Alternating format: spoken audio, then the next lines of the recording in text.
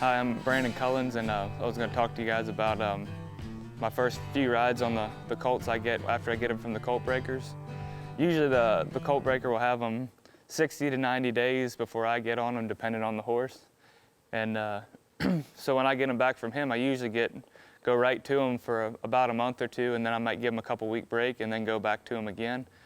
But I usually will keep them, I'll ride them probably another month or two before I ever start him on the barrels after he gets them. And then my first few rides on him, I just kind of get to know the horse. I get on his back, I don't ask him for much, I just go long trot a little bit, and then when he's ready to lope circles or something, then I won't pick on him, I won't make him frame up at first, just kind of get him used to me and just keep him forward. The biggest thing I like in a colt is one that's forward and moving out. I feel like if one's forward and driving, then I can go and put the rest in, but if they don't want to go, then it's really hard to teach them to collect and frame up.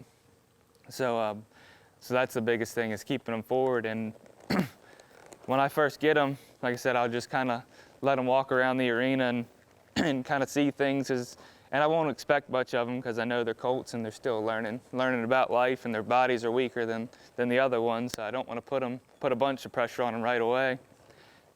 But then after a few rides, I'll start bringing them back in straight.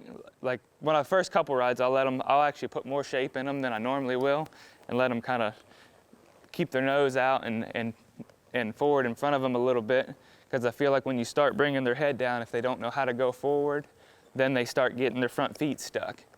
So after I kind of have them figured out and kind of have the individual feel of knowing what he feels like and what he's comfortable with, his strong sides and his weak sides, and what he's good at and what he's not good at yet. Then I'll start working on that individual part, but then I'll go to start squaring them back up, put them between the reins, and then I start teaching them to drive and collect. And I'll just kind of square them up and kind of like this, just between the reins, maybe see his eyelashes if that, and that's also dependent on the horse. All the colts seem like they have a stronger side, so depending on that side is what I'll do. I might get a little more shape to keep them stood up, keep their shoulder up and moving, or if they're already good that way and they want to be round on their naturally, then I'll kind of keep them a little bit straighter between the reins. But I do a lot of trotting on these colts, and I just kind of sit real deep and try to take the weight out of my stirrups. And a lot of times, not on a colt necessarily, but like, see, I don't have any, like my feet aren't touching the stirrups. So I feel like that keeps me sitting in the saddle and keeps that hind end engaged. So I feel like when you're running, and you have to when you run, but you kind of get yourself forward, and that puts more weight on the front feet.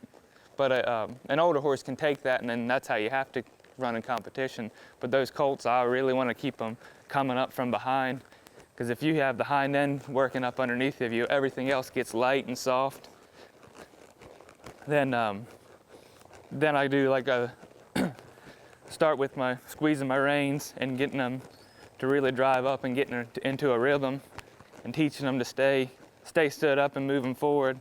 Then I'll start teaching them to circle a little bit, but I'll do figure eights so that they're never falling down into a circle.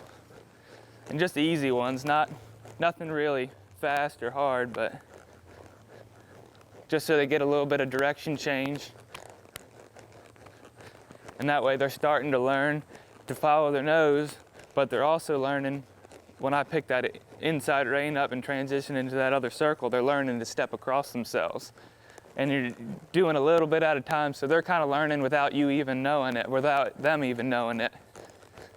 And I feel like the calmer you stay, the more they learn. If a colt starts getting frustrated or something, especially the 2-year-olds, I'll just stop right where I'm at and just quit them and just let them kind of soak it in, take it all in, and play on my phone, or just quit for a minute and just relax. And I feel like taking a lot of little breaks when you're riding them and not asking for a whole lot, I think those colts learn a lot faster, and they retain it, and they don't get anxious. As if you get to moving too fast on a colt, they don't, for one, they don't understand it, and then two, they're 2-year-olds. They're not that capable of doing what a 4, 5, 8, 10-year-old horse can do. So it's uncomfortable, and sometimes they can get sore. So I like to give a lot of breaks and take a lot of it easy. And then even when I'm just walking around, I'll play with their face a little bit, pull their nose and just drop it, move them around. Just kind of teach them to really find their feet and then get used to my body cues and how they need, this is what they're gonna need to know down the road, but just a little bit at a time goes a long way, I believe.